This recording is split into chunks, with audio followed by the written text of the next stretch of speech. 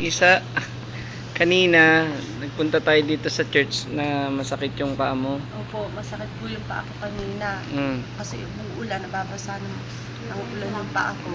So, Tapos feeling mo parang pinupulikat ka? Pinupulikat. Palagi Okay. ko pong nararamdaman yon. Tapos pagka, halimbawa, ginaw na ganito, sumasakit yung balakang ko, naiisip ko yung nalaglag na ako sa hagdanan noon.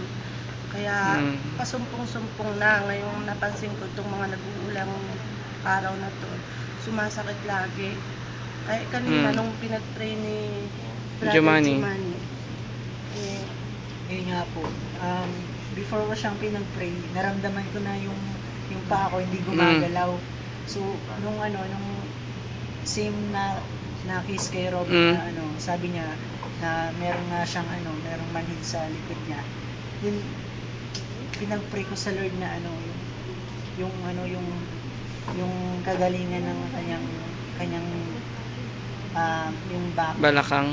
hanggang baba, gumaling na. Then inimpress sa akin ng Lord yung future, yung blessing na ng Lord sa atin, yung healing sa family. Saka yung walang pakialam yung Lord sa history. Yes. Ano man nangyari sa kanya before. Amen. Yung inaano ng Lord ngayon is yung ngayon. Amen. Yung kagalingan, yung healing. So, dahil doon, Praise God, magaling na po ako. Nakatakbo na po ako ngayon ng kalululan. So, hindi na ako magpapaakay sa asawa ko. Mamaya, so hindi na magpapahilot mamaya. hindi na ako magpapahilot sa mamaya.